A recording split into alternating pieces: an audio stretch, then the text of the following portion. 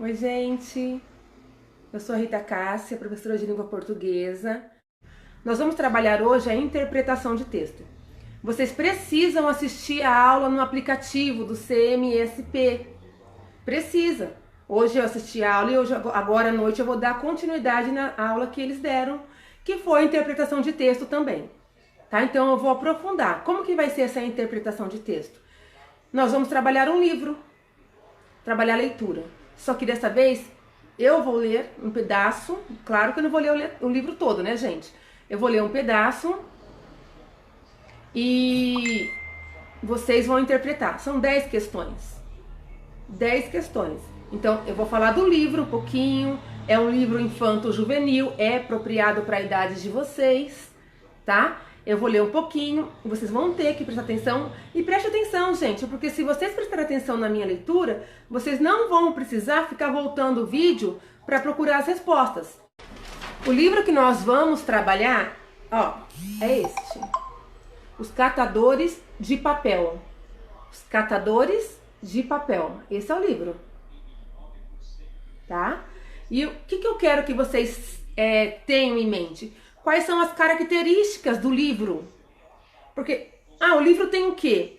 Porque a revista é de um jeito, jornal é de outro jeito, livro é de outro jeito. São coisas que nós lemos, diferentes, com diferentes características e diferentes propósitos. Então, nós vamos falar do livro hoje, tá? Então, o título é Catadores de Papel.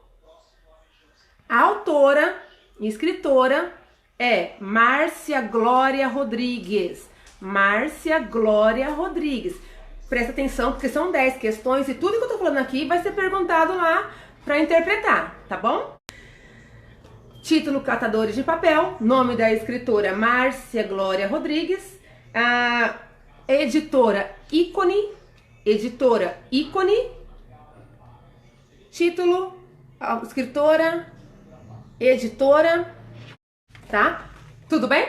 Vou começar a leitura. Então, presta atenção na leitura, para não ficar voltando o vídeo várias vezes, tá? Vamos lá.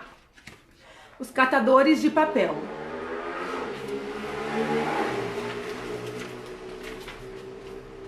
Começa com essa senhora aqui, ó. Vendo?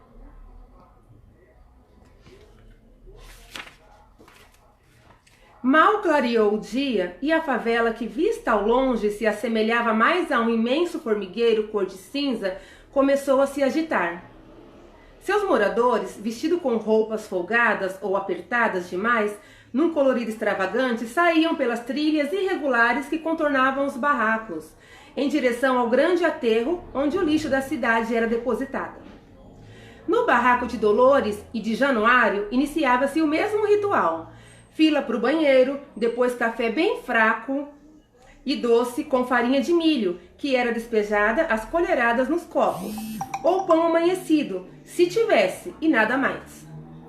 E assim, de barriga cheia, os 6 habitantes do minúsculo barraco saíam para tentar a sobrevivência. Dolores ia lavar roupas num bairro próximo. Januário consertava panelas de pressão, guarda-chuvas, amolava tesouras e facas, enfim, consertava bugigangas, que a maioria das pessoas jogaria fora. Mas ali, naquele bairro pobre, guardavam para que ele desse um jeito quando passasse apitando com o carrinho de mão em suas ferramentas. Januário, ele consertava as coisas, tá? Ele consertava tudo, panela de pressão, guarda-chuva, né? Ele arrumava as coisas do bairro, das pessoas do bairro. Bonifácio e Epitácio, os gêmeos, de 13 anos, e Gilberto, de 10, saíam com um carrinho feito com a carcaça de uma geladeira, a catar papéis, latas, garrafas, enfim, tudo que pudessem vender depois de classificado, para ganhar os trocadinhos e ajudar no orçamento da família. Guilhermina, a Giga, gêmea de Gilberto, ficava limpando e tomando conta do barraco. Mais ou menos 2 horas da tarde, os meninos voltavam trazendo o que podiam, para depois levar aos depósitos de ferro velho. Tomavam banho no tanque, se vestiam, comiam alguma coisa e corriam para a escola. Bonnie e Pita estavam na 7ª série, Giba e Giga na 4ª. Eles preferiam ser chamados pelos apelidos, porque as crianças de sua classe achavam engraçados os seus nomes ter rima. Assim sendo, resolveram apelidar os irmãos também, Giba para o Gilberto e Giga para a Guilhermina. Além do que, era mais fácil. Ó. Aqui é as crianças, né? No carrinho deles que eles fizeram de geladeira, né? Tentando separar o que eles conseguiram pegar pelas ruas, né?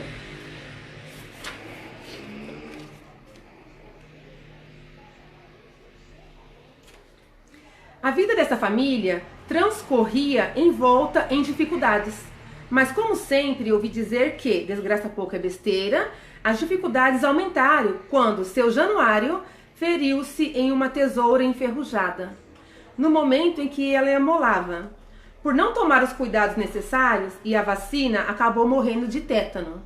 Tétano, para quem não sabe, é uma doença que as pessoas pegam, se elas não tiverem sido vacinadas, quando elas pisam no prego, cortam a mão em coisas enferrujadas. Geralmente esse tipo de acidente, as pessoas quando sofrem esse tipo de acidente, tem que tomar uma vacina antitétano, tá? O desespero de Dolores foi muito grande, porque lavando roupas para fora não teria condições de continuar oferecendo aos filhos o pouco que os dois juntos davam. Os vizinhos mais próximos, solidários, ajudaram-na no funeral e sempre que tinha alguma coisinha a mais, dividiam com eles. Mas isso era muito pouco. Sobras de roupa, sobras de comida e de cacarecos que sobravam das patroas e acabavam sobrando ali. Bonnie e Pita tiveram que parar de estudar, apesar de estarem indo bem. Agora tinham que trabalhar o dia todo até escurecer.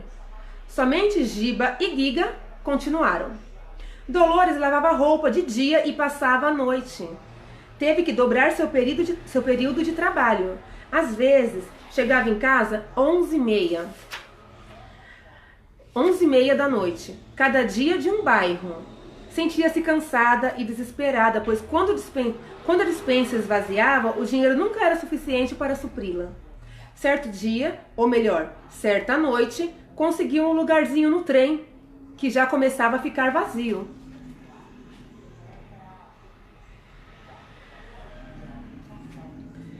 Ao seu lado, um homem puxou prosa. Ela, carente de alguém que pelo menos ouvisse seus desabafos, começou a contar sua triste vida. Que morava na favela, que perdera seu marido há mais de um ano, que tinha 4 filhos para criar, que dava duro no tanque e nos ferros de passar das várias patroas e etc, etc, etc. Ele falou-lhe que era guarda noturno e compositor nas horas vagas. Era separado da mulher e as 3 filhas já eram casadas. Ela encantou-se com o que ele se esforçou parecer. Na noite seguinte, na outra, o mês inteiro, eles se encontraram no mesmo vagão. Dolores já não era mais a mesma. Tornou-se vaidosa e começou a se arrumar melhor. Os filhos começaram a estranhar e às vezes até diziam: "Nossa, como a mamãe está bonita hoje!" Certo dia, o inevitável aconteceu. Chicão a levou em casa e pediu-lhe para morar com ela.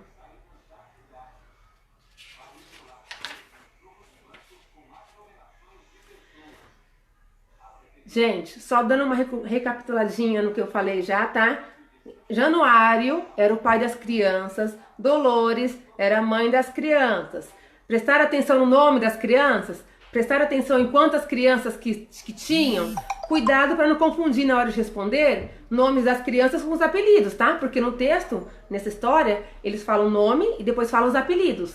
Então não é que são pessoas a mais. Elas têm um nome e as pessoas chamam elas pelos apelidos. Então, na hora que vocês forem colocar para mim, responder para mim, toma cuidado para não colocar o nome e o apelido junto, tá? Se colocar o apelido, não precisa colocar o nome. Se colocar o nome, não precisa colocar o apelido, tá? Porque senão eu vou considerar errado. É o nome das crianças. Ou o nome ou o apelido, ou um ou outro, tá bom? Vocês perceberam aí o que ela fazia para viver, o que aconteceu com o seu Januário, eu já falei para vocês, tá? E aí vamos continuando aqui mais um pouquinho. Bruno Soares, põe nome série. Se você estiver emprestando o celular para algum irmão, primo, para alguém, pede para colocar nome série, tá bom? Paramos na parte que o Chicão, a Dolores levou o Chicão para casa dela, ele levou ela em casa e pediu para ficar. Acabou ficando, afinal, já se viam no trem há mais de 2 meses. Já sabiam o suficiente um do outro. 2 vidas sem ter muito o que contar. Bonnie e Pete quase caíram duros quando a mãe lhes apresentou o Chicão, dizendo-lhes que a partir daquele dia ele faria parte da família, que seria mais um para ajudar. Giga foi para o outro quarto, meio sem jeito, e Giba foi o único que se impressionou um pouco com as gracinhas que Chicão fez, para suavizar o impacto que sua chegada causou. Mas eu vou aumentar mais um quartinho aqui, Dolores.